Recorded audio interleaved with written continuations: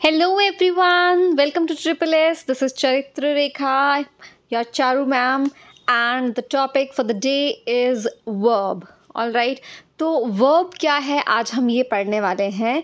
तो बेटा पूरी वीडियो को आप एंड तक ज़रूर देखना, क्योंकि अभी जो हम स्टार्ट कर रहे हैं वीडियो, ये बिल्कुल हम सिंपल लेवल से बेसिक से शुरू कर रहे हैं और जैसे जैसे वीडियो आगे बढ़ती जाएगी थोड़ा सा लेवल जो है वो बढ़ता जाएगा।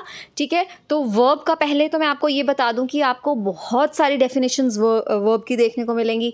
हमें बहुत सारी डेफिनेशंस से कोई लेना देना नहीं है, हमें वो चीज़ पढ़नी है जो हमारे एग्ज़ाम्स में आएगी, जो हमारे एग्ज़ाम्स में आ सकती है, जो हमारे एग्जामिनेशन पॉइंट ऑफ व्यू से इम्पॉर्टेंट है। ऑल राइट, तो जो भी मैंने डेफिनेशंस दी हैं वो सब इम्पॉर्टेंट दी हुई हैं। ठीक है, और जैसे जैसे आगे वीडियो बढ़ती जाएगी तो इम्पॉर्टेंट, जैसे मैंने आपको बोला कि वो आता जाएगा, क्योंकि हमारा जो जीरेंट कंसेप्ट है, इन्फिनेटिव कंसेप्ट है, ठीक है, ये पार्टिसिपल कंसेप्ट है, ये बहुत इंपॉर्टेंट है और ये सब कुछ वर्ब से रिलेट करता है। ठीक है, और ये आगे आपका इसी वीडियो लेक्चर में कवर हो जाएगा। ठीक है, तो स्टार्ट करते हैं वर्ब से। वर्ब क्या चीज़ होती है? तो वर्ब क्या होता है? वर्ब एक ऐसा वर्ड होता है जो कोई एक्शन बताता है। ठीक है, ये तो हम सब जानते हैं कि वर्ब क्या है। वर्ब एक्शन वर्ड है जो हम बचपन से पढ़ते आए हैं। ठीक है, जो ये डेफिनेशन है इसमें आपको एक चीज़ एक्स्ट्रा देखने को मिलेगी, वो क्या है? State of being. तो स्टेट ऑफ बीइंग क्या होता है? स्टेट ऑफ बीइंग में एक तो बी फॉर्म आ जाती है। ठीक है, बी फॉर्म इज़ जब आपके सेंटेंस में is, am, are, was, were, will be, being, been, इन वर्ड्स का यूज़ होता है, ये आ जाती है बी फॉर्म। ठीक है, और एक स्टेट ऑफ बीइंग होती है स्टेट। स्टेट बोले तो यहाँ पर हम स्टेट J&K स्टेट की बात नहीं कर रहे, हम गुजरात की बात नहीं कर रहे। ठीक है, हम यहाँ पर वो वाली स्टेट्स की बात नहीं कर रहे। यहाँ पर स्टेट है आपकी कंडीशन, आपकी अवस्था, आपकी सिचुएशन। ठीक है, यहाँ पर हम उस स्टेट की बात कर रहे हैं। फॉर एग्जांपल अगर मैं बोलूँ कि ही इज़ हैप्पी, तो यहाँ पर मैंने क्या बताया कि वो खुश है, यानी कि यहाँ पर उसकी कंडीशन, वहाँ पर उसकी स्टेट बताई जा रही है कि वो क्या है, वो खुश है, ही इज़ हैप्पी। ठीक है, तो इस कंडीशन की बात कर रहे हैं, इस स्टेट की बात कर रहे हैं। स्टेट ऑफ बीइंग में एक तो आपका बी की फॉर्म्स आ गई।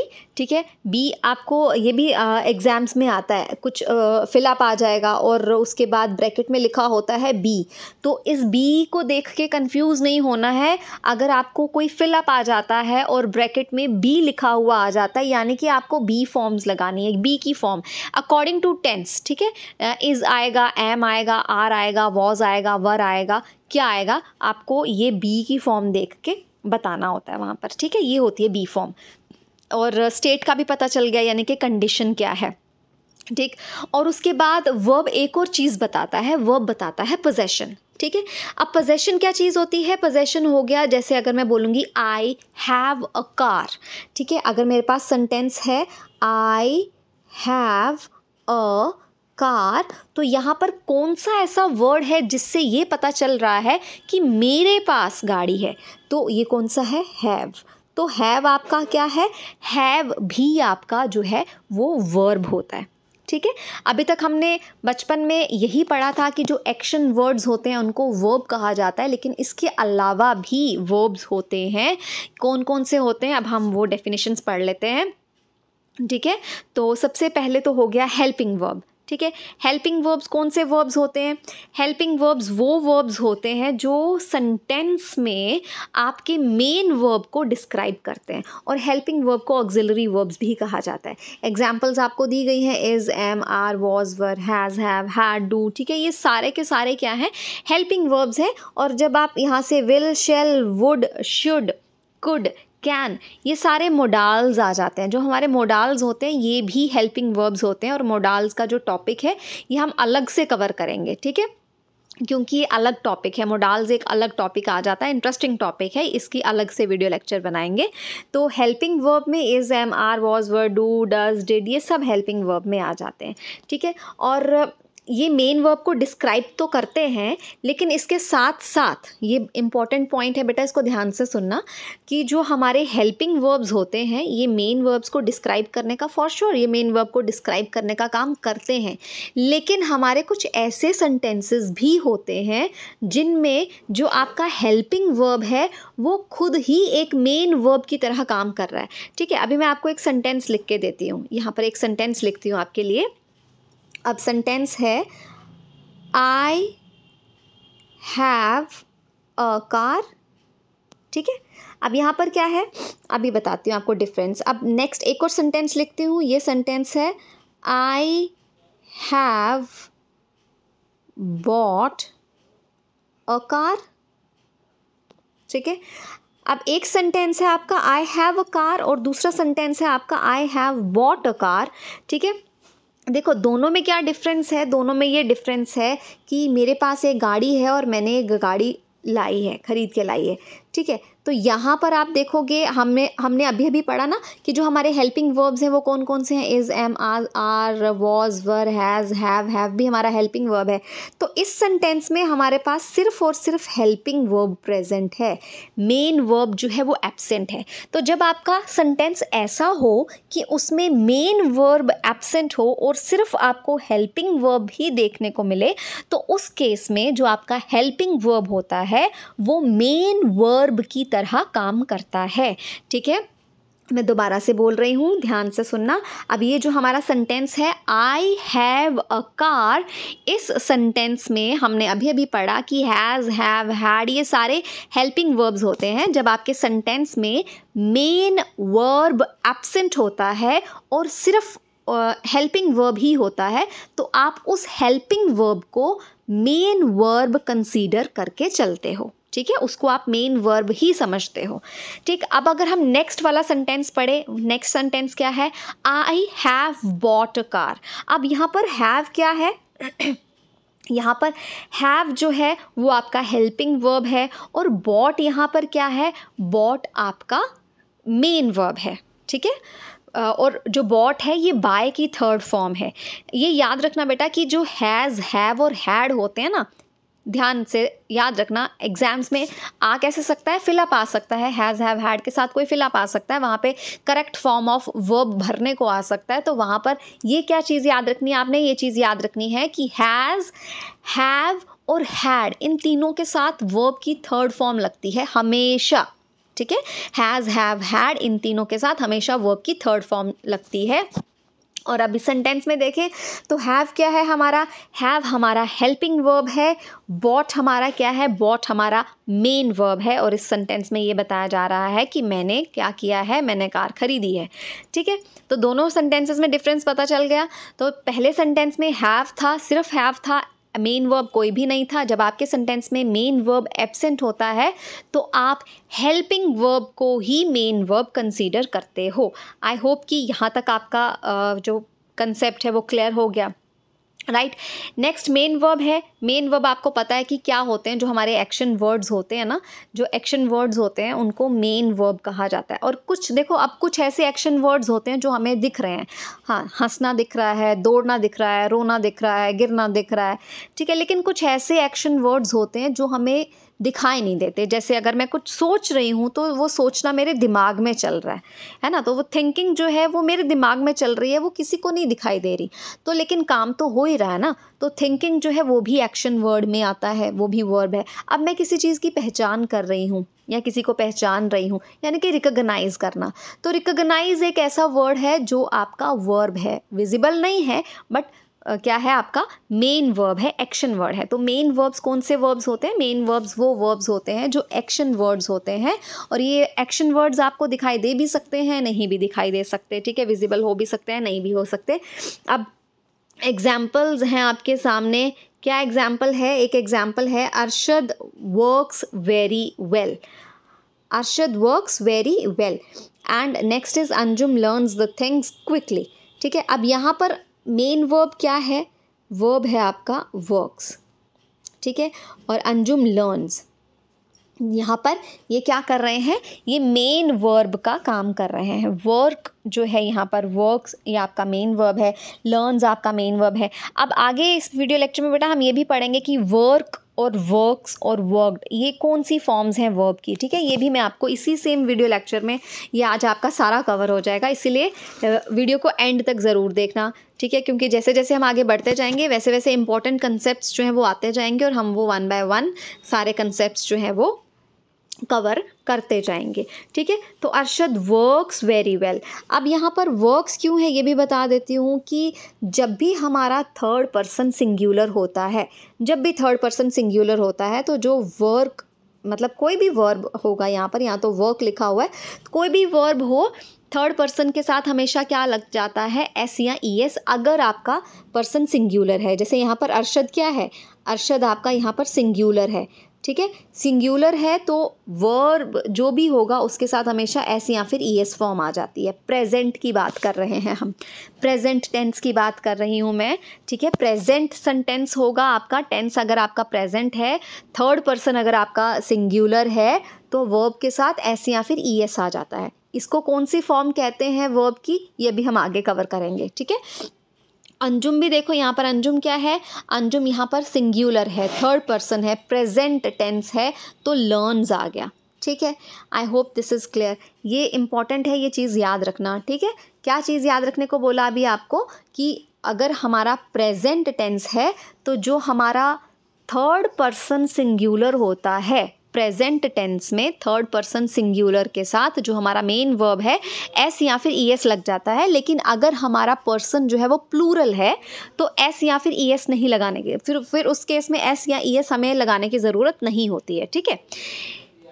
नेक्स्ट है आपका ट्रांजिटिव वर्ब्स, ठीक है। तो ट्रांजिटिव वर्ब्स क्या होते हैं ये भी इम्पॉर्टेंट है। ट्रांजिटिव वर्ब्स वो वर्ब्स होते हैं जिनको सेंटेंस में अपना मीनिंग कंप्लीट करने के लिए एक ऑब्जेक्ट की ज़रूरत पड़ती है। क्या होता है, इसको क्या ज़रूरत पड़ती है, एक ऑब्जेक्ट की ज़रूरत पड़ती है। ट्रांजिटिव वर्ब में एक वर्ब जो है सेंटेंस में, उसको अपना मीनिंग कंप्लीट करने के लिए वो ऑब्जेक्ट की ज़रूरत पड़ती है। और जो हमारे इनट्रांजिटिव वर्ब्स होते हैं, इनट्रांजिटिव वर्ब्स को सेंटेंस में किसी भी ऑब्जेक्ट की ज़रूरत नहीं होती है। एग्जाम्पल से ज़्यादा क्लियर हो जाएगा। अब देखो, अगर आप एग्जाम्पल देखो तो यहाँ पर क्या है, शी इज़ प्लेइंग फुटबॉल। क्या खेल रही है, ये खेल रही है, शी हमारा सब्जेक्ट है, इज़ हमारा हेल्पिंग वर्ब है, प्लेइंग हमारा मेन वर्ब है, एंड फुटबॉल क्या है, हमारा ऑब्जेक्ट। फुटबॉल क्या है, ऑब्जेक्ट। अब यहाँ पर ये जो प्लेइंग है, प्लेइंग हमारा वर्ब है। अब अगर आपको कोई पूछे कि प्लेइंग ट्रांजिटिव है या इनट्रांजिटिव है, तो इस केस में आप कहोगे कि जो हमारा प्लेइंग वर्ब है ये ट्रांजिटिव है, क्योंकि प्लेइंग को क्या मिल गया, प्लेइंग को फुटबॉल मिल गया। फुटबॉल क्या है, ऑब्जेक्ट, ठीक है। वो खेल रही है, वो क्या खेल रही है, वो फुटबॉल खेल रही है। यानी कि हमारा सेंटेंस जो है उसने एक कंप्लीट थॉट या कंप्लीट एक्शन को एक्सप्रेस किया, और उसको एक्सप्रेस करने में किसने हेल्प की, हमारे ऑब्जेक्ट ने, ठीक है। तो ट्रांजिटिव वर्ब्स कौन से वर्ब्स होते हैं, ट्रांजिटिव वर्ब्स वो वर्ब्स होते हैं जो सेंटेंस में अपना मीनिंग कंप्लीट करने के लिए एक ऑब्जेक्ट की हेल्प लेते हैं, यानी कि वो अपना मीनिंग कंप्लीट करते हैं एक ऑब्जेक्ट को लेकर, ठीक है। Next example is Asif is listening to the music. Asif सुन रहा है। अब यहाँ पर आप देखो, यहाँ पर लिसनिंग क्या है, लिसनिंग हमारा वर्ब है, मेन वर्ब है। इज़ क्या है, इज़ हमारा हेल्पिंग वर्ब है। तो आसिफ क्या कर रहा है, आसिफ सुन रहा है। किसको सुन रहा है, आसिफ म्यूज़िक को सुन रहा है। तो म्यूज़िक जो है हमारा यहाँ पर ऑब्जेक्ट है, और उसने हमारे इस सेंटेंस को, हमारे इस वर्ब को कंप्लीट कर दिया, ठीक है। ये है ट्रांजिटिव वर्ब। अब इनट्रांजिटिव वर्ब क्या होते हैं, इनट्रांजिटिव वर्ब्स वो वर्ब्स होते हैं जिनको किसी भी ऑब्जेक्ट की ज़रूरत नहीं होती है, जिनको अपने सेंटेंस में किसी भी ऑब्जेक्ट की ज़रूरत नहीं होती है। अब हमने सेम एग्जाम्पल लिए, वहाँ ऊपर एग्जाम्पल क्या थी, शी इज़ प्लेइंग फुटबॉल, और यहाँ पर क्या एग्जाम्पल है, शी इज़ प्लेइंग, वो खेल रही है। इस सेंटेंस में कोई भी ऑब्जेक्ट नहीं है, वो खेल रही है, शी इज़ प्लेइंग फुटबॉल, पता नहीं, शी इज़ प्लेइंग क्रिकेट, पता नहीं, वो क्या खेल रही है हमें नहीं पता, बस इतना ही पता है कि वो खेल रही है। तो इस सेंटेंस में ऑब्जेक्ट नहीं है। तो जब आपके वर्ब के पास, अब इस ये प्लेइंग बेचारा अकेला है, इसके पास कोई ऑब्जेक्ट नहीं है, खेलना ही पता है, बस यही पता है कि खेल रहा हूँ, ये क्या खेल रहा हूँ ये नहीं पता, ठीक है। किस ऑब्जेक्ट के साथ क्या ऑब्जेक्ट रिलेट करता है इस खेल के साथ नहीं पता। तो ये हमारा क्या है, प्लेइंग। यहाँ पर प्लेइंग हमारा यहाँ पर इंट्रांजिटिव वर्ब है, ठीक है। प्लेइंग यहाँ पर क्या है, प्लेइंग यहाँ पर इंट्रांजिटिव है। अब नेक्स्ट एग्जाम्पल देखो, नेक्स्ट एग्जाम्पल है रोहन लाफ्ड लाउडली, ठीक है। रोहन ज़ोर से हंसा, और यहाँ पर क्या है, लाफ्ड। लाफ्ड आपका क्या है, लाफ्ड आपका वर्ब है, क्या है, वर्ब। और लाउडली क्या है आपका, लाउडली आपका एडवर्ब है, ठीक है। लाउडली क्या है, एडवर्ब है। अब देखो बेटा, सेंटेंस में ऑब्जेक्ट होने के लिए ना एक नाउन होना ज़रूरी है, तो लाउडली हमारा नाउन नहीं है, लाउडली हमारा क्या है, लाउडली हमारा एडवर्ब है। क्यों, क्योंकि यहाँ पर बताया जा रहा है कि रोहन हंसा। रोहन कैसे हंसा, रोहन लाउडली हंसा। तो ये जो लाउडली वर्ड है ये आपके वर्ब को डिस्क्राइब कर रहा है, रोहन के हंसने को डिस्क्राइब कर रहा है कि रोहन हंसा, लेकिन कैसा हंसा, लाउडली हंसा। तो इसने उसकी हंसी को डिस्क्राइब किया, इसीलिए लाउडली क्या है, लाउडली एक एडवर्ब है, नाउन नहीं है, ठीक है। तो सब्जेक्ट या ऑब्जेक्ट का होना ये बताता है कि आपके सेंटेंस में नाउन है, तो ऑब्जेक्ट यहाँ पर तो है ही नहीं। यहाँ पर रोहन लाफ्ड लाउडली, कोई सा भी यहाँ पर क्या है, ऑब्जेक्ट नहीं है, तो ये भी यहाँ पर भी लाफ्ड आपका क्या है, इंट्रांजिटिव। प्लेइंग आपका क्या है, इंट्रांजिटिव, ठीक है। Now next is regular verbs. आगे आगे जैसे जैसे हम बढ़ते जाएंगे, जो इम्पॉर्टेंट कंसेप्ट है, जीरेंट का कंसेप्ट है, इन्फिनेटिव का कंसेप्ट है, वो इसमें क्लियर होगा, तो वीडियो को प्लीज़ एंड तक ज़रूर देखना, ठीक है। अब हम बात कर रहे हैं रेगुलर वर्ब्स की। तो रेगुलर वर्ब्स क्या होते हैं, एक रेगुलर वर्ब जो है उसको हम वीक वर्ब भी कहते हैं। रेगुलर वर्ब को और क्या कहा जाता है, रेगुलर वर्ब को वीक वर्ब भी कहा जाता है, ये वीक वर्ब की फॉर्म है, ठीक है। और इट इज़ पास्ट। अब ये पास्ट और पास्ट पार्टिसिपल जो है ये रेगुलर वर्ब में ही कवर होते हैं, ठीक है। अब past tense and past participle का क्या मतलब हो गया। अब देखो, जैसे अभी मैंने आपको एक एग्जांपल दी थी, कौन सी एग्जांपल दी थी, कि जैसे हमने अभी बोला था ना कि थर्ड पर्सन सिंगुलर के साथ एस या फिर ई एस लग जाता है ना, लेकिन टेंस कौन सा होना चाहिए, प्रेजेंट टेंस होना चाहिए। तो इसी तरह से जो आपका रेगुलर वर्ब होता है ना, रेगुलर वर्ब आपका वो वर्ब होता है जिसमें हम वर्ब को डी लगा के कंप्लीट करते हैं या फिर ईडी लगा के कंप्लीट करते हैं। कुछ ऐसे हमारे वर्ब होते हैं या कुछ ऐसे वर्ड्स होते हैं जब उनके साथ डी लगा दो तो पास्ट बन जाते हैं, या फिर ईडी लगा दो तो वो पास्ट बन जाते हैं, ठीक है। तो रेगुलर वर्ब्स कौन से वर्ब्स होते हैं, ये वो वाले वर्ब्स होते हैं जिनको हम डी लगा के पास्ट बना देते हैं या फिर ईडी लगाकर क्या बना देते हैं, पास्ट बना देते हैं। और किसके साथ लगाते हैं डी या ईडी, उसकी बेस फॉर्म के साथ। किसके साथ लगाते हैं डी या फिर ईडी, उसकी बेस फॉर्म के साथ। एग्जाम्पल देखो, एग्जाम्पल दी है वी कंप्लीटेड द प्रोजेक्ट। अब देखो कंप्लीट के क्या स्पेलिंग होते हैं, COMPLETE, है ना, ये होते हैं ना कंप्लीट। इसके साथ जब आपने डी लगा दिया तो बन गया कंप्लीटेड, और टेंस बन गया पास्ट। कौन सा टेंस बन गया, पास्ट टेंस बन गया। तो वी कंप्लीटेड द प्रोजेक्ट, ये टेंस बन गया पास्ट, और कंप्लीटेड आपका क्या होता है, पास्ट पार्टिसिपल होता है। अब पास्ट पार्टिसिपल क्या होता है ये भी आपको बताती हूँ आगे, इसी वीडियो में हम कवर करेंगे। पास्ट पार्टिसिपल क्या होता है ये भी बताऊँगी अभी, ठीक है। आप वीडियो को बस देखते जाओ, अभी आपके सारे डाउट्स जो हैं वो क्लियर हो जाएंगे। तो फिलहाल ये याद रखो, रेगुलर वर्ब क्या होता है, जब आप वर्ब के साथ डी या फिर ईडी लगा देते हो तो आपका जो टेंस है वो पास्ट हो जाता है, ठीक है। आपका जो वर्ब है वो पास्ट पार्टिसिपल हो जाता है, और आपका उसको क्या कहा जाता है, उसको रेगुलर वर्ब कहा जाता है। I finished my food, finish FINISH finish होता है, इसके साथ ईडी लगा दिया, आई फिनिश्ड माई फूड, ये आ गया आपका रेगुलर वर्ब की एग्जाम्पल।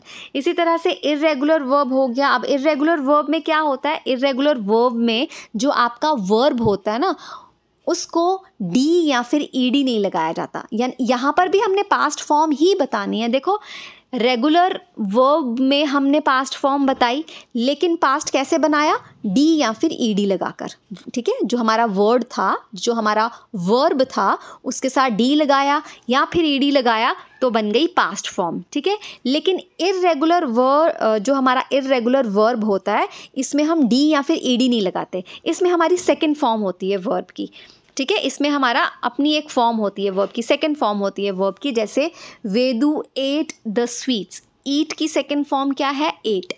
ठीक है, ये हमारा क्या बन गया, past indefinite tense, Vedu ate the sweets. या फिर Manya drank the water, drink drank, second form आ गई drank, Manya drank the water. यह आ गया आपका, जब second form of verb use होता है सेंटेंस में, ठीक है, तो वो हमारा होता है पास्ट इंडेफिनिट सेंटेंस। ठीक है, पास्ट इंडेफिनिट टेंस होता है। ठीक है, उसके बाद पास्ट पार्टिसिपल क्या होता है, ये अभी डिस्कस करने वाले हैं आगे। एक बार ये फाइनाइट और नॉन फाइनाइट भी डिस्कस कर लेते हैं, उसके बाद मैं आपको ये जीरेंड, इन्फिनेटिव और यही बताने वाली हूँ। ठीक है, अब हमारा है फाइनाइट वर्ब्स क्या होते हैं। तो फाइनाइट वर्ब्स वो वर्ब्स होते हैं जो सब्जेक्ट के साथ चेंज होते हैं। ठीक है, फाइनाइट वर्ब्स कौन से वर्ब्स होते हैं, फाइनाइट वर्ब्स वो वर्ब्स होते हैं जो हमारे सेंटेंस में सब्जेक्ट के साथ साथ क्या होते हैं, चेंज होते जाते हैं। जैसे एग्जाम्पल आ गई, मीना रीड्स स्टोरीज। अब मीना क्या है, मीना हमारा सिंगुलर है ना, सिंगुलर है, मीना सिंगुलर है। तो सिंगुलर के साथ अभी प्रेजेंट टेंस में हमने क्या पढ़ा कि जब हमारा सब्जेक्ट सिंगुलर होगा तो प्रेजेंट टेंस में थर्ड पर्सन सिंगुलर के साथ हम वर्ब के साथ एस या फिर ई एस लगाते हैं, ये पढ़ा ना अभी हमने। तो मीना रीड्स स्टोरीज, तो मीना क्या करती है, मीना स्टोरीज पढ़ती है। मीना थर्ड पर्सन सिंगुलर है तो उसके साथ रीड्स आ गया। ठीक है, इसी तरह से दे रीड स्टोरीज। अब आप देखो, दे क्या है आपका, दे आपका प्लूरल है। दे क्या है, दे प्लूरल है, तो प्लूरल के साथ रीड्स नहीं आएगा, प्लूरल के साथ आएगा रीड। प्लूरल के साथ क्या आएगा, रीड। अब आप देखो, यहाँ पे भी रीड है, यहाँ पे भी रीड है, but what is the difference कि पहले आपके पास रीड्स है और दूसरे वाले सेंटेंस में आपका जो वर्ब है वो रीड है। एक है रीड्स और दूसरा क्या है, रीड। दोनों में डिफरेंस है कि नहीं, है ना। तो यहाँ पर क्या हुआ, जो आपका वर्ब था वो चेंज हो गया, वो आपका टेंस के अकॉर्डिंग, वो आपका सब्जेक्ट के अकॉर्डिंग, ठीक है, आपका चेंज हो गया। जब हमारा सिंगुलर सब्जेक्ट था तो एस ले लिया उसने, जब हमारा प्लूरल सब्जेक्ट था तो वो अपना बेसिक फॉर्म में रहा या बेस फॉर्म में रहा। ठीक है, तो फाइनाइट वर्ब में क्या हुआ कि जो हमारा वर्ब था वो सब्जेक्ट के साथ साथ चेंज हो गया। ठीक, next is non finite verbs. तो नॉन फाइनाइट वर्ब्स क्या होते हैं, नॉन फाइनाइट वर्ब्स वो वर्ब्स होते हैं जो चेंज नहीं होते, जो टेंस के अकॉर्डिंग चेंज नहीं होते, जो हमारे सब्जेक्ट के अकॉर्डिंग चेंज नहीं होते। ठीक है, ठीक है, समझ रहे हो। तो जो हमारे नॉन फाइनाइट वर्ब्स होते हैं ना, ये चेंज नहीं होते हैं, ये सब्जेक्ट के अकॉर्डिंगली चेंज नहीं होते। ऐसा नहीं है कि सिंगुलर है तो कुछ और आ जाएगा, प्लूरल है तो कुछ और आ जाएगा, प्रेजेंट है तो कुछ और आ जाएगा, पास्ट है तो कुछ और आ जाएगा, ऐसा नहीं होता। ये जो हमारे नॉन फाइनाइट वर्ब्स होते हैं ये चेंज नहीं होते हैं। ठीक है, एग्जाम्पल देखो, एग्जाम्पल है Sikandar loves to play football. ठीक है, अब यहाँ पर एक सेकेंड, अब यहाँ पर है Sikandar loves to play football. अब यहाँ पर लव्स आपका सिकंदर है तो लव्स है, वी लव है ना। ये लव्स और लव चेंज हो रहा है ना, यानी कि ये क्या है आपका फाइनाइट वर्ब्स में आ जाता है। ठीक है, लेकिन आप देखो यहाँ पर कौन सी ऐसी चीज़ है जो सेम है, जो चेंज नहीं हुई। टू प्ले चेंज हुआ, नहीं हुआ। यहाँ पर टू प्ले चेंज हुआ, नहीं हुआ। ठीक है, Sikandar loves to play football, we love to play football. अब सिकंदर हमारा सिंगुलर था और वी हमारा प्लूरल था, लेकिन यहाँ पर क्या हुआ, कोई भी चेंज नहीं आई। तो यानी कि टू प्ले जो है वो हमारा सेम रहा, फर्स्ट सेंटेंस में भी वो सेम है और सेकंड सेंटेंस में भी वो सेम है। तो टू प्ले जो है वो नॉन फाइनाइट वर्ब में आ गया। ठीक है, अब टू प्लस वर्ब की जो फर्स्ट फॉर्म होती है ना, इसको इन्फिनेटिव कहा जाता है। क्या कहा जाता है, इसको इन्फिनेटिव कहा जाता है। अभी आपको ये सारी एक्सप्लेनेशन अभी मिलेगी। ठीक है, इसको इन्फिनेटिव कहा जाता है।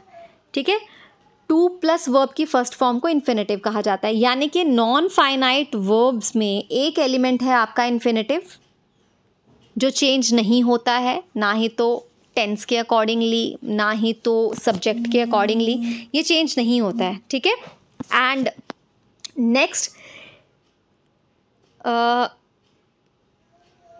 नेक्स्ट देखो, नेक्स्ट है जेरेंड। जेरेंड का क्या कंसेप्ट है, जेरेंड में, अच्छा सॉरी, अभी हम एग्जाम्पल ये डिस्कस कर लेते हैं सेकंड वाली, ही इंजॉयज स्विमिंग, ठीक है, he enjoys swimming, they enjoys swimming, यहाँ पर दे इंजॉयज स्विमिंग नहीं आएगा, यहाँ पर आएगा दे इंजॉय स्विमिंग, ठीक है, ये गलत है, यहाँ पर एस काट लेना, यहाँ पर आ जाएगा दे इंजॉय, ठीक है, क्योंकि अब देखो ही हमारा क्या है, ही हमारा थर्ड पर्सन सिंगुलर है, ठीक है, ही हमारा क्या है, ही हमारा थर्ड पर्सन सिंगुलर है, तो यहाँ पर इंजॉयज है, ठीक है, यानी कि जो आपका वर्ब है उसके साथ एस या फिर एस लगता है तो इंजॉयज, ही इंजॉयज स्विमिंग, और दे इंजॉय स्विमिंग। अब यहाँ पर ऐसी कौन सी चीज़ है जो चेंज नहीं हुई, यहाँ पर कौन सा ऐसा वर्ब है जो चेंज नहीं हुआ, यहाँ पर स्विमिंग, स्विमिंग एक ऐसा वर्ब है यहाँ पर जो ही इंजॉयज स्विमिंग, ही के साथ भी स्विमिंग था, दे के साथ भी स्विमिंग था, ठीक है, इंजॉयज और इंजॉय इसमें चेंज आई ना, तो इंजॉय और इंजॉयज आपका है कौन सा, फाइनाइट वर्ब्स, लेकिन स्विमिंग यहाँ पर भी सेम है, ही के लिए भी स्विमिंग है, दे के लिए भी स्विमिंग है, तो स्विमिंग यहाँ पर आपका क्या है, स्विमिंग आपका यहाँ पर नॉन फाइनाइट वर्ब है, ठीक है, याद रखना। और यहाँ पर इस केस में हम स्विमिंग को क्या कहेंगे, इस केस में हम स्विमिंग को जीरेंड कहते हैं, क्या कहते हैं, जीरेंड कहते हैं। अभी हम पढ़ेंगे जीरेंड क्या चीज़ है, पार्टिसिपल क्या चीज़ है, इन्फिनेटिव क्या है, ये भी हम सब कवर करने वाले हैं, ठीक है। तो फिलहाल आपने क्या समझा, आपने ये समझा कि जो नॉन फाइनाइट वर्ब्स होते हैं उसमें जो वर्ब होता है आपका ये चेंज नहीं होता, ना ही तो टेंस के हिसाब से चलता है ये, और ना ही तो ये सब्जेक्ट के हिसाब से चलता है, ये जैसा होता है ये वैसा ही रहता है, ठीक है। इसमें जो हमारे फाइनाइट वर्ब्स होते हैं ना, इसमें एक आ जाती है इन्फिनेटिव फॉर्म, एक कौन सी फॉर्म आती है इसमें, इन्फिनेटिव, ठीक है, एक इसमें आती है जीरेंड और एक इसमें आता है पार्टिसिपल, ठीक है। जो आपके नॉन फाइनाइट वर्ब्स होते हैं ना, इसमें एक आता है infinitive form of verb, infinitive form of verb क्या है, ये चेंज नहीं होती, ठीक है, सेंटेंस में इन्फिनेटिव फॉर्म जो है वो कभी चेंज नहीं होती, सेंटेंस में जो जीरेंड होता है, जो जीरेंड फॉर्म ऑफ वर्ब है ये कभी चेंज नहीं होता, और जो पार्टिसिपल है ये भी चेंज नहीं होता। अब ये क्या चीज़ें होती हैं ये हम वन बाय वन पढ़ेंगे। अच्छा, ये पढ़ने से पहले आपसे मेरा एक क्वेश्चन है, अगर ये मैंने यहाँ पर एग्जाम्पल जो दी है ही इंजॉयज स्विमिंग, अगर मैं इस सेंटेंस को इस तरह से लिखूँ, ही इंजॉय टू स्विम, क्या ये मेरा सेंटेंस सही होगा या गलत होगा? तो लेट मी टेल यू, अगर मैं इस तरह से लिखती हूँ ही इंजॉयज टू स्विम, तो ये मेरा सेंटेंस क्या होगा, ये मेरा सेंटेंस जो है ये मेरा सेंटेंस गलत होगा। क्यों गलत होगा? क्योंकि जो हमारा ये वर्ड है ना इंजॉय, ये एक ऐसा वर्ड है जो अपने आगे कभी भी इन्फिनेटिव फॉर्म नहीं लेता, ठीक है। इंजॉय एक ऐसा वर्ड है जो अपने आगे कभी भी इन्फिनेटिव नहीं लेता है, टू प्लस वर्ब की फर्स्ट फॉर्म जो है वो नहीं लेता है, इसलिए यहाँ पर इसके आगे हमेशा हमें जेरेंड लगाना पड़ता है।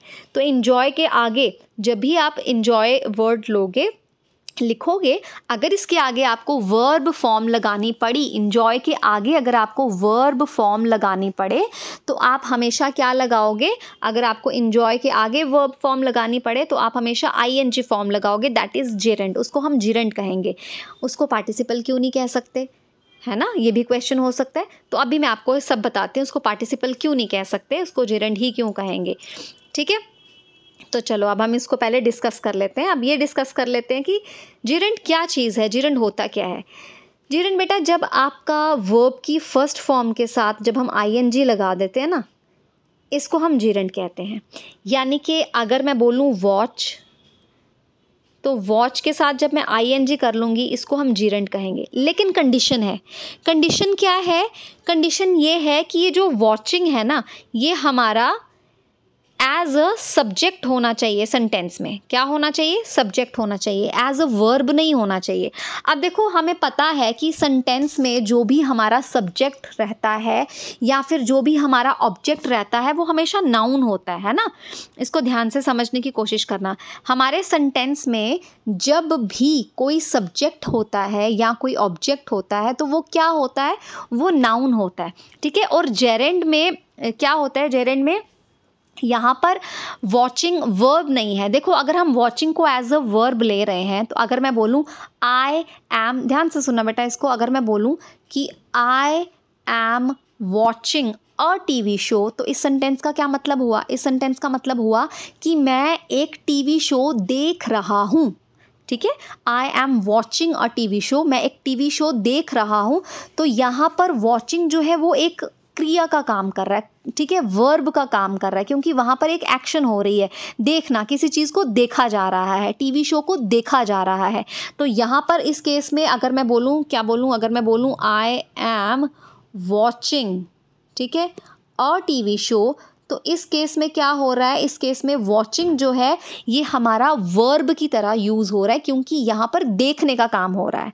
ठीक है, यहाँ पर क्या हो रहा है? देखने का काम हो रहा है। लेकिन अगर मैं इस तरह से कहूँ, इसको ध्यान से देखना इस सेंटेंस को, अगर मैं इस तरह से कहूँ कि watching TV is not good for eyes, या फिर मैं आपको समझा रही हूँ कि watching TV is not good for eyes, TV देखना आंखों के लिए अच्छा नहीं है। तो क्या इस टाइम एट प्रेजेंट हम टीवी देख रहे हैं क्या?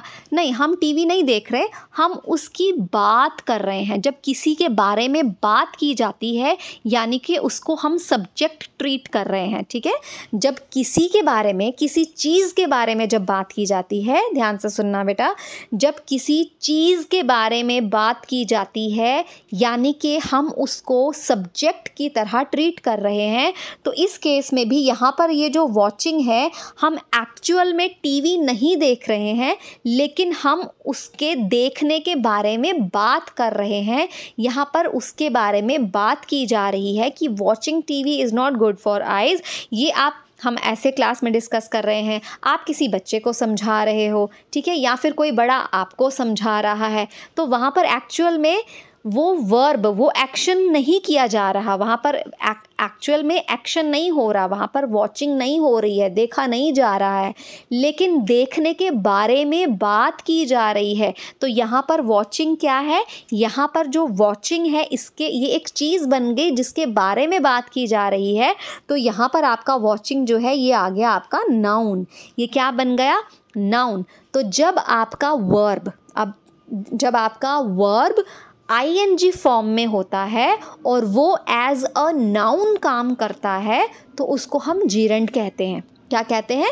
जीरंड कहते हैं। अब ज़रूरी नहीं है कि आपका जो जेरेंड है वो हमेशा स्टार्टिंग में ही आएगा, वो सब्जेक्ट की तरह काम कर सकता है, वो ऑब्जेक्ट की तरह भी काम कर सकता है। ठीक है, वो सब्जेक्ट की तरह भी काम कर सकता है, वो ऑब्जेक्ट की तरह भी काम कर सकता है। अगर मैं बोलूँ जैसे ही लाइक्स स्विमिंग, ठीक है, अगर मैं बोलूँ ही लाइक्स स्विमिंग, तो ही हमारा क्या है? सब्जेक्ट है, और लाइक्स हमारा वर्ब है, और स्विमिंग इस केस में क्या है? स्विमिंग इस केस में हमारा जीरंड है। ठीक है, ध्यान से मैं एक बार इसको लिख देती हूँ सेंटेंस को। अब यहाँ पर क्या है? He likes swimming. ठीक है, मैंने सेंटेंस लिखा ही लाइक्स स्विमिंग, और दूसरा लिखा दे लाइक स्विमिंग। अब इस दोनों सेंटेंसेस में कौन सा ऐसा वर्ड है जो चेंज नहीं हो रहा? स्विमिंग। स्विमिंग, अब हमें पता है ना, स्विमिंग तो वर्ब होती है, स्विम करना, तैरना, ये तो वर्ब होता है। तो इस केस में क्या चेंज नहीं हो रहा? स्विमिंग चेंज नहीं हो रहा। और यहाँ पर आईएनजी फॉर्म है, और यहाँ पर हम क्या कर रहे हैं? इसके बारे में बात कर रहे हैं।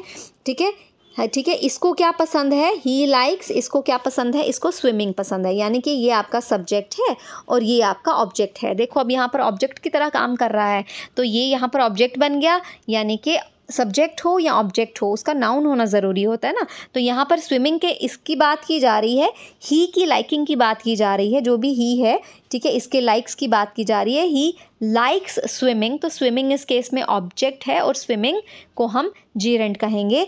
दे लाइक स्विमिंग, यहाँ पर क्या बात की जा रही है कि इनको, ये जो दे हैं, इनको क्या पसंद है? इनको स्विमिंग पसंद है। तो स्विमिंग, चाहे ही है तो भी स्विमिंग था, चाहे दे है तो भी स्विमिंग था। तो स्विमिंग यहाँ पर ऑब्जेक्ट की तरह काम कर रहा है, तो ये हमारा जीरेंड होगा। तो क्या याद रखना है आपने?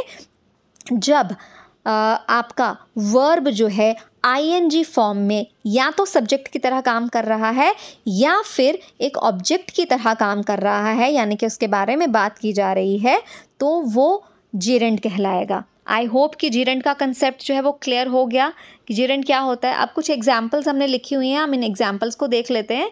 ठीक है, एग्जाम्पल है आई लव वॉचिंग टीवी। ठीक है, मुझे टीवी देखना पसंद है। यहाँ मैं अपनी पसंद की बात कर रही हूँ कि मुझे टीवी देखना पसंद है, एक्चुअल में मैं टीवी नहीं देख रही हूँ। ठीक है, हम फ्रेंड्स रेस्टोरेंट में बैठे हैं, हम अपना खाना खा रहे हैं और मैं कह रही हूँ कि हाँ I love watching TV, but actual में उस टाइम पे टीवी नहीं देखा जा रहा, वहाँ पर देखने की काम नहीं हो रहा है, वहाँ पर वर्ब एक्शन वर्ब नहीं है, यहाँ पर वॉचिंग, यहाँ इसके बारे में बात की जा रही है। तो यहाँ पर वॉचिंग क्या है, आपका जीरेंड है। Playing cricket is my hobby, cricket खेलना मेरी हॉबी है। यहाँ पर मैं इसके बारे में बात कर रही हूँ, एक्चुअल में क्रिकेट नहीं खेल रही हूँ, क्रिकेट खेलते खेलते नहीं बोल रही हूँ कि playing cricket is my hobby, no, यहाँ पर उसके बारे में बात की जा रही है। तो प्लेइंग क्रिकेट, यहाँ पर प्लेइंग क्या है, यहाँ पर प्लेइंग आपका जीरेंड है। Swimming is my favourite sports, जो स्विमिंग है वो मेरा फेवरेट स्पोर्ट्स है। तो यहाँ पर स्विमिंग नहीं की जा रही है एक्चुअल में, यहाँ पर उसके बारे में बात की जा रही है। ठीक है, तो वॉचिंग, प्लेइंग और स्विमिंग ये आपके क्या है, जीरेंड है। अब जीरेंड आप क्या याद रखोगे कि वर्ब जब भी आईएनजी फॉर्म के साथ होगा, ठीक है, वो ये पार्टिसिपल भी हो सकता है, लेकिन पार्टिसिपल की क्या कंडीशन है ये आपको बताऊंगी। ठीक है, जीरेंड की अलग कंडीशन है। जीरेंड की क्या कंडीशन है कि जब आपका वर्ब का फर्स्ट फॉर्म आईएनजी के साथ, ठीक है, इसको हम एज अ नाउन ट्रीट करते हैं, जब हम इसको क्या ट्रीट करते हैं, जब हम इसको एज अ नाउन ट्रीट करते हैं, तब ये जीरेंड कहलाता है। ये एज अ सब्जेक्ट या फिर एज एन ऑब्जेक्ट दोनों की तरह काम कर सकता है। ठीक है, आई होप कि जीरेंड क्लियर हो गया। नेक्स्ट आपका आ गया इन्फिनेटिव। अब इन्फिनेटिव क्या होता है, इन्फिनेटिव बहुत इजी है। इन्फिनेटिव में एक तो लगता है टू और उसके साथ वर्ब की लगती है फर्स्ट फॉर्म। ठीक है, इन्फिनेटिव में क्या लगता है, टू और उसको वर्ब की फर्स्ट फॉर्म के साथ लिखा जाता है हमेशा। और जब भी वर्ब की फर्स्ट फॉर्म, जब भी टू और वर्ब की फर्स्ट फॉर्म होगी ना सेंटेंस में, two plus first form of verb, इसको भी एज अ नाउन कंसीडर किया जाता है। क्या कंसीडर किया जाता है, इसको भी एज अ नाउन देखा जाता है। ठीक है, और ये होता क्या है, और इसको कहा क्या जाता है, इसको इन्फिनेटिव कहा जाता है। क्या कहा जाता है, इसको इन्फिनेटिव कहा जाता है। और इसको क्या कंसीडर किया जाता है, इसको एज अ नाउन कंसीडर किया जाता है। ठीक है, क्लियर हो गया। और जहाँ पर भी आप देखोगे, और ये भी याद रखना, इन्फिनेटिव की बात कर रहे हैं ना हम, इन्फिनेटिव, तो इन्फिनेटिव के बाद हमेशा टू के बाद इमीडिएट आपका फर्स्ट फॉर्म ऑफ वर्ब जब होगा तब ही इसको इन्फिनेटिव कहा जाएगा। अगर टू के बाद कोई नाउन होगा तो इसको इन्फिनेटिव नहीं कहा जाएगा। इस केस में टू के साथ जब वर्ब की फर्स्ट फॉर्म लगेगी तब हम इसको इन्फिनेटिव कहेंगे, लेकिन टू के साथ जब आपका नाउन होगा तो उस केस में ये जो आपका टू है ये प्रेपोजिशन का काम करता है। किसका काम करता है, प्रेपोजिशन का काम करता है। उस केस में इसको इन्फिनेटिव नहीं कहा जाता। ठीक है, याद रखोगे। अब टू प्लस वर्ब की फर्स्ट फॉर्म जो होती है इसको इन्फिनेटिव कहा जाता है। इसको एज अ नाउन लेकर चलते हैं हम, लेकिन अगर टू के आगे कोई नाउन हो तो उस केस में टू इन्फिनेटिव नहीं होता, टू हमारा प्रेपोजिशन होता है। ठीक है, I hope this is clear. Examples देख लेते हैं हम। एग्जाम्पल्स क्या है, I want to see the play, मैं प्ले देखना चाहता हूँ। I love to eat pizza, ठीक है, मुझे पिज़्ज़ा खाना बहुत पसंद है। Alright, got it. I hope कि ये क्लियर हो गया। यहाँ पर आपका इन्फिनेटिव क्या है, टू प्लस वर्ब की फर्स्ट फॉर्म। देखो सी भी एक वर्ब है, ईट भी एक वर्ब है। ठीक है, अब नेक्स्ट आ गया आपका पार्टिसिपल। अब पार्टिसिपल क्या चीज़ होती है, जो पार्टिसिपल है ये दो तरह का होता है। एक होता है पास्ट पार्टिसिपल, एक होता है प्रेजेंट पार्टिसिपल। अब पास्ट पार्टिसिपल क्या होता है, देखो हमें पता है वर्ब की फर्स्ट, सेकंड और थर्ड फॉर्म तो हम पढ़ते ही आए हैं। वर्ब की 5 फॉर्म्स होती हैं। ठीक है, ये भी आगे इसी वीडियो लेक्चर में कवर किया हुआ है हमने। तो जो वर्ब है इसकी 5 फॉर्म्स होती हैं। जो 3 फॉर्म्स अभी जो हम पढ़ते आए हैं वो हम पढ़ते क्या आए हैं, वर्ब की 3 forms of verb, first, second and third. तो पास्ट पार्टिसिपल क्या होता है, जो पास्ट पार्टिसिपल है यहाँ पर थर्ड फॉर्म ऑफ वर्ब होती है। ठीक है, और ये जो थर्ड फॉर्म ऑफ वर्ब होती है ना, ये एडजेक्टिव की तरह काम करती है। किसकी तरह काम करती है? एडजेक्टिव की तरह काम करती है। ठीक है, याद रखना कि अब देखो पार्टिसिपल में ये तो इजीली आप फाइंड आउट कर लोगे ना कि जब भी वर्ब की थर्ड फॉर्म होगी और थर्ड फॉर्म जो है वो एडजेक्टिव की तरह काम कर रही होगी, उस टाइम पे भी देखो, उस टाइम पे भी क्या होता है, ये नॉन फाइनाइट का पार्ट है। नॉन फाइनाइट का पार्ट क्यों है? क्योंकि ये टेंस के हिसाब से या फिर सब्जेक्ट के हिसाब से चेंज नहीं होता है। ठीक है, एग्जाम्पल देखो, एग्जाम्पल से ज़्यादा क्लियर होगा। एग्जाम्पल है यहाँ पर, the repaired chair was sold. ठीक है, जो चेयर ठीक करवाई थी, जिसको रिपेयर करवाया था, उसको क्या किया गया था? उसको बेच दिया गया। The repaired chairs were sold. अब यहाँ पर रिपेयर्ड, देखो रिपेयर करना, किसी चीज़ को रिपेयर करना, ध्यान से सुनना, किसी चीज़ को रिपेयर करना क्या होता है? वर्ब होता है ना। रिपेयर्ड आ गई उसकी थर्ड फॉर्म। ठीक है, repair, repaired, repaired, second form भी रिपेयर्ड है, थर्ड फॉर्म भी रिपेयर्ड है। ठीक है, तो यहाँ पर क्या है? The repaired chair was sold, यहाँ पर भी रिपेयर्ड चेयर था। The repaired chairs were sold, और जो रिपेयर ठीक की गई जो चेयर्स थी उनको बेच दिया गया। ठीक है, अब यहाँ पर भी रिपेयर्ड है, यहाँ पर भी रिपेयर्ड है, चेंज नहीं आई ना। जैसे अभी हमने जेरेंट के बारे में पढ़ा, उसमें भी चेंज नहीं आई थी। स्विमिंग सेम था, वॉचिंग सेम था, है ना, चाहे सिंगुलर सेंटेंस आपका, चाहे सब्जेक्ट सिंगुलर था, चाहे प्लूरल था, आईएनजी फॉर्म सेम थी, इन्फिनिटिव में सेम था। ये नॉन फाइनाइट के पार्ट्स हैं। इसी तरह से जो पार्टिसिपल है, जब आपका वर्ब का जो थर्ड फॉर्म ऑफ वर्ब है, जब ये एडजेक्टिव की तरह काम करेगी, ठीक है, उसको हम क्या कहते हैं? Past participle. अब पास्ट पार्टिसिपल किसे कहा जाता है? ध्यान रखना कि ऐसे मत बोल देना कि जो पास्ट फॉर्म होती है ना उसको पास्ट पार्टिसिपल कहा जाता है। तो पास्ट पार्टिसिपल किसे कहा जाता है? जब आपका जो थर्ड फॉर्म ऑफ वर्ब जो होता है ना, जब वो किसकी तरह काम कर रहा होता है? पास्ट पार्टिसिपल में जो आपका थर्ड फॉर्म ऑफ जो वर्ब है वो एडजेक्टिव की तरह काम कर रहा होता है। किसकी तरह काम कर रहा होता है? एडजेक्टिव की तरह काम कर रहा होता है। ठीक है, याद रखोगे। प्रेजेंट पार्टिसिपल क्या होता है? प्रेजेंट पार्टिसिपल होता है, प्रेजेंट पार्टिसिपल क्या होता है? जब आपका वर्ब की फर्स्ट फॉर्म के साथ क्या लगता है? आईएनजी लग जाता है। इसको हम वर्ब की फोर्थ फॉर्म भी कह सकते हैं। क्या कह सकते हैं? वर्ब की फोर्थ फॉर्म। वर्ब की फर्स्ट फॉर्म के साथ आईएनजी को हम वर्ब की फोर्थ फॉर्म भी कह सकते हैं। और यहाँ पर भी क्या है कि जो आपकी वर्ब की फोर्थ फॉर्म है ना, ये एडजेक्टिव की तरह काम करती है। किसकी तरह काम करती है? एडजेक्टिव की तरह। देखो दोबारा से बता रही हूँ, जो आपका जीरंड है ना वो नाउन की तरह काम करता है। जो आपका इन्फिनिटिव है वो भी नाउन की तरह काम करता है। लेकिन जो आपका पार्टिसिपल है ना, पार्टिसिपल, पास्ट पार्टिसिपल हो चाहे प्रेजेंट पार्टिसिपल हो, वो किसकी तरह काम करता है? वो आपका नाउन की तरह काम करता है। ठीक है, अब एग्जाम्पल्स देख लेते हैं हम। एग्जाम्पल देखो प्रेजेंट पार्टिसिपल की, बार्किंग डॉग्स सेल्डम बाइट। ठीक है, यानी कि जो भौंकने वाले कुत्ते हैं वो कम ही काटते हैं। तो बार्किंग डॉग्स सेल्डम बाइट। अब यहाँ पर बार्किंग क्या है? आपका आईएनजी फॉर्म है ना, ये आपका प्रेजेंट पार्टिसिपल है, वर्ब की फोर्थ फॉर्म है। बार्क आपका हो गया फर्स्ट फॉर्म, आईएनजी लगाया तो बन गया बार्किंग। लेकिन यहाँ पर बार्किंग किसको डिफाइन कर रहा है? साथ में देखो ये नाउन को डिफाइन कर रहा है, बार्किंग डॉग्स। कैसे पता चलेगा ये एडजेक्टिव है? ये भी पता होना चाहिए कि एडजेक्टिव है। ये कैसे पता करोगे आप कि मैम ये सेंटेंस में एडजेक्टिव की तरह काम कर रहा है, जेरेंट की तरह? कैसे पता चलेगा? देखो जो भी एडजेक्टिव होता है ना उसके साथ हमेशा एक नाउन होता है। क्यों? क्योंकि एडजेक्टिव का क्या काम होता है? एडजेक्टिव का काम होता है नाउन की क्वालिटी बताना। जैसे मैं बोलती हूँ कि Sheena is a beautiful girl, तो ब्यूटीफुल के साथ क्या है? गर्ल है, यानी कि बताया जा रहा है शीना कैसी लड़की है, शीना ब्यूटीफुल लड़की है ना। तो यानी कि किसी नाउन को डिस्क्राइब करता है आपका जो एडजेक्टिव होता है। तो जब आप यहाँ पर देखते हो बार्किंग के साथ डॉग्स है, तो डॉग्स क्या है? नाउन। तो यानी कि डॉग्स की क्वालिटी बताई जा रही है, भौंकने वाले कुत्ते, बार्किंग डॉग्स। तो यहाँ पर बार्किंग जो है वो जेरेंड नहीं है, बार्किंग यहाँ पर जो है वो पार्टिसिपल है, प्रेजेंट पार्टिसिपल। ठीक है, और ये देखो नेक्स्ट देखो, बार्किंग डॉग्स आर फ्यूरियस। जो भौंकने वाले कुत्ते होते हैं वो क्या होते हैं? डरावने। ठीक है, डराते हैं वो तो।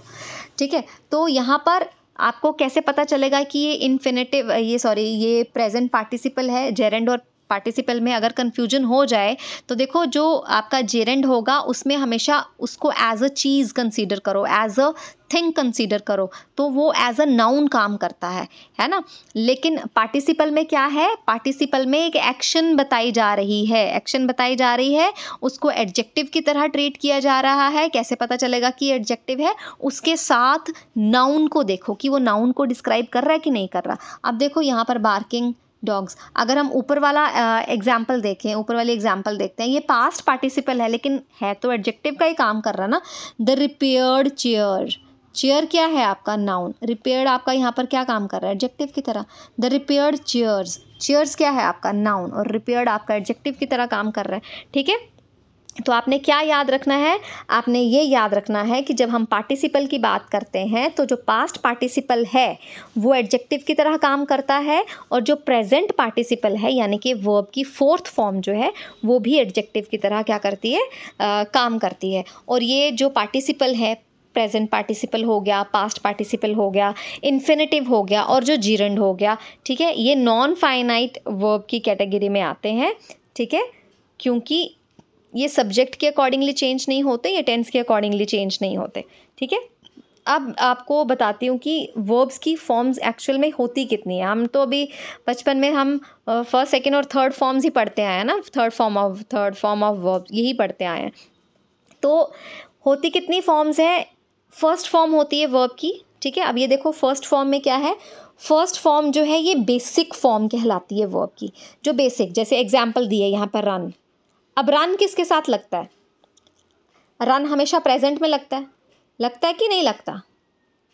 क्योंकि अगर पास्ट की बात करें तो रन हो जाएगा, तो प्रेजेंट में रन लगता है। यानी कि जब हम फर्स्ट फॉर्म ऑफ वर्ब की बात करते हैं तो हम प्रेजेंट टेंस की बात करते हैं, और रन किसके साथ लगता है? रन लगता है प्लूरल सब्जेक्ट के साथ। किसके साथ लगता है? प्लूरल सब्जेक्ट के साथ। ठीक है, प्लूरल सब्जेक्ट के साथ लगता है। तो यानी कि जब हम फर्स्ट फॉर्म ऑफ वर्ब की बात कर रहे हैं, एक तो हम प्रेजेंट टेंस की बात कर रहे हैं और हम प्लूरल सब्जेक्ट की बात कर रहे हैं। राइट, एग्जाम्पल्स देख लो। एग्जाम्पल्स आ गई आपकी रन और फिनिश। ठीक है, सेकेंड फॉर्म ऑफ वर्ब, जब हम सेकेंड फॉर्म ऑफ वर्ब की बात करते हैं तो इसमें क्या होता है? हम वर्ड के साथ डी या फिर ईडी लगा देते हैं। ठीक है, सेकेंड फॉर्म ऑफ वर्ब में क्या हो जाता है? डी या फिर ईडी लग जाता है। ठीक है, लेकिन कुछ ऐसे भी वर्ब्स होते हैं जिनके साथ डी और ईडी नहीं लगता। अभी हमने पढ़ा था ना रेगुलर और इरेगुलर वर्ब्स, बस ये वही है। इसमें रेगुलर भी आ जाते हैं, इसमें इरेगुलर भी आ जाते हैं। जिस सेंटेंस का पास्ट जो है, अब आपके पास वर्ब का पास्ट यानी कि सेकेंड फॉर्म, आप इसमें क्या कर सकते हो? इसको आप पास्ट भी बोल सकते हो। अब सेकेंड फॉर्म ऑफ जो वर्ब होता है ना, ये पास्ट होता है, पास्ट फॉर्म ऑफ वर्ब। ठीक है, अब जैसे रन एग्जाम्पल दी तो रन का क्या बन गया? सेकेंड फॉर्म रैन। फिनिश है तो फिनिश के साथ ईडी लगा दोगे तो फिनिश्ड बन जाएगा। तो यानी कि इसमें रेगुलर और इरेगुलर वर्ब्स दोनों आ जाते हैं। ये क्या होता है? ये पास्ट फॉर्म होता है वर्ब का। किसका? Past form of verb. ठीक है, अब हम तीसरी form, third form of verb की बात करें तो थर्ड फॉर्म में क्या आ जाता है?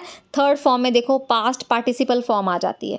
अब पास्ट पार्टिसिपल फॉर्म में क्या होता है कि जो हमारा वर्ब होता है ना, वर्ब हमारा किसकी तरह काम कर रहा होता है? वर्ब हमारा एडजेक्टिव की तरह काम कर रहा होता है। ठीक है, थर्ड फॉर्म ऑफ वर्ब में क्या होता है कि जो हमारा वर्ब है वो एडजेक्टिव की तरह काम करता है। ठीक है, इसको मैं इस तरह से भी लिख सकती हूँ, जो थर्ड फॉर्म ऑफ वर्ब है, ये जो पास्ट पार्टिसिपल है, it acts as an adjective. ये किसकी तरह काम करता है? ये एडजेक्टिव की तरह काम करता है। अब फोर्थ फॉर्म ऑफ वर्ब में क्या होता है? फोर्थ फॉर्म जो है वो कॉन्टिन्यूस फॉर्म हो जाती है। कॉन्टिन्यूस फॉर्म बोलो या फिर प्रेजेंट पार्टिसिपल बोलो। ठीक है, इसको आप प्रेजेंट पार्टिसिपल भी कह सकते हो। जो फोर्थ फॉर्म है इसको आप क्या कह सकते हो? इसको आप प्रेजेंट पार्टिसिपल भी कह सकते हो। ठीक है, प्रेजेंट पार्टिसिपल भी कह सकते हो फोर्थ फॉर्म ऑफ वर्ब को। अब देखो एग्जाम्पल रन लिया था, रनिंग, फिनिश का फिनिशिंग। ठीक है, आईएनजी फॉर्म लगा दी। और फोर्थ फॉर्म, अब याद रखना थर्ड फॉर्म और फोर्थ फॉर्म जो हैं ये क्या है? ये आपके पार्टिसिपल हैं। थर्ड फॉर्म और फोर्थ फॉर्म ये पार्टिसिपल की कैटेगरी के अंदर आते हैं और ये एज एन एडजेक्टिव काम करते हैं। ठीक है, किसकी तरह काम करते हैं? एडजेक्टिव की तरह काम करते हैं। ठीक है, जैसे अगर यहाँ पर रनिंग है तो एक एग्जाम्पल बना लेते हैं रनिंग की। बनाओ ज़रा कमेंट बॉक्स में, मुझे कमेंट करके बताओ एग्जाम्पल इसकी। अगर आप फोर्थ फॉर्म ऑफ वर्ब को हमने पढ़ा ना कि थर्ड फॉर्म ऑफ वर्ब और जो फोर्थ फॉर्म ऑफ वर्ब होती है इसको हम एज एन एडजेक्टिव लेके चलते हैं ना, पार्टिसिपल की बात करें इसको एडजेक्टिव लेके चलते हैं। तो अब रनिंग की एग्जाम्पल बनाओ, इसको एडजेक्टिव बनाओ। I like running cats, simple, कुछ भी बना सकते हो। आई लाइक रनिंग डॉल्स, है ना। अब देखो कैट्स मैंने रनिंग के साथ क्या प्लेस कर दिया? कैट्स। कैट्स क्या है? नाउन है, यानी कि सेंटेंस में एक नाउन को डिस्क्राइब कर रहा है। कौन सा वर्ड? रनिंग। तो रनिंग यहाँ पर एडजेक्टिव बन गया। आई लाइक रनिंग डॉल्स, है ना, दौड़ती हुई खेलती हुई, यहाँ पर दौड़ती हुई डॉल्स मुझे पसंद है।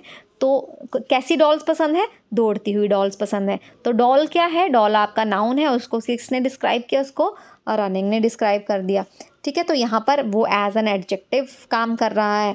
ठीक है, इसी तरह से हमारा अब होता है फिफ्थ फॉर्म ऑफ वर्ब। तो फिफ्थ फॉर्म ऑफ वर्ब में क्या होता है? फिफ्थ फॉर्म ऑफ वर्ब में जो हमारा बेसिक वर्ब है ना, ठीक है, जो बेसिक वर्ब होता है उसके साथ हम एस या फिर ई एस लगाते हैं, उसके साथ हम एस या फिर ई एस लगा देते हैं। जैसे रन था, रन्स, फिनिश था, फिनिशेस। तो अब एक और चीज़ अगर मैं आपसे पूछूं कि रन्स एस फॉर्म लग गई, किसके साथ लगती है एस फॉर्म? एस फॉर्म लगती है जब हमारा सब्जेक्ट क्या होता है? सिंगुलर होता है। और रन्स प्रेजेंट में लगता है या पास्ट में लगता है? ये प्रेजेंट टेंस में लगता है। ठीक है, तो जो हमारी फिफ्थ फॉर्म है वर्ब की, उसमें क्या होता है कि जो हमारा बेसिक या फिर जो हमारा बेस वर्ब होता है उसके साथ एस या फिर ई एस लगा दिया जाता है। जब एस या फिर ई एस अगर हम लगा रहे हैं तो इसका मतलब ये है कि जो हमारा सब्जेक्ट है वो गारंटेड क्या है? सिंगुलर ही है। तो यानी कि फिफ्थ फॉर्म ऑफ वर्ब जो है वो प्रेजेंट टेंस में यूज़ होती है, with singular subject he use होती है। ठीक है, अब अगर आपको किसी को ये क्वेश्चन अगर कोई पूछे कि मैम क्या हम हेल्पिंग वर्ब, क्योंकि हमने पढ़ा ना कि हेल्पिंग वर्ब जो है समटाइम्स वो मेन वर्ब की तरह काम भी करते हैं, तो क्या हेल्पिंग वर्ब्स की भी ये 5 फॉर्म्स एग्जिस्ट करती हैं? हाँ, बिल्कुल करती हैं। ठीक है, अब आपका एक छोटा सा काम है। छोटा सा काम क्या है? मैं आपको हेल्पिंग वर्ब दे रही हूँ, डू। ठीक है, ये क्या है? हेल्पिंग वर्ब है आपका डू। इसका आपने 5 फॉर्म्स मुझे कमेंट बॉक्स में बतानी है लिख के। वर्ब इसकी first form, second form, third form, fourth form और फिफ्थ फॉर्म। अगर आप समझ गए हो, वर्ब की 5 फॉर्म्स समझ गए हो, तो डू की 5 फॉर्म्स जो है वो मुझे कमेंट बॉक्स में कमेंट करके बताओ कि डू की 5 फॉर्म्स क्या होंगी। ठीक है, आई होप कि वर्ब्स का जो कंसेप्ट है वो क्लियर हो गया है। इन केस अगर आपको कोई भी डाउट रह जाता है तो आप प्लीज़ वो मुझे कमेंट करके बता सकते हो, and I will try my level best कि आपका वो जो भी डाउट है वो मैं क्लियर कर पाऊँ। ठीक है, नेक्स्ट वीडियो लेक्चर में आपके डाउट्स डिस्कस कर लेंगे, अदरवाइज़ मैं आपके कमेंट बॉक्स में ही आपको आपका जो डाउट होगा वो क्लियर करके दे दूँगी। ठीक है, थैंक यू सो मच, पढ़ते रहिए और खूब तरक्की कीजिए। Okay, bye.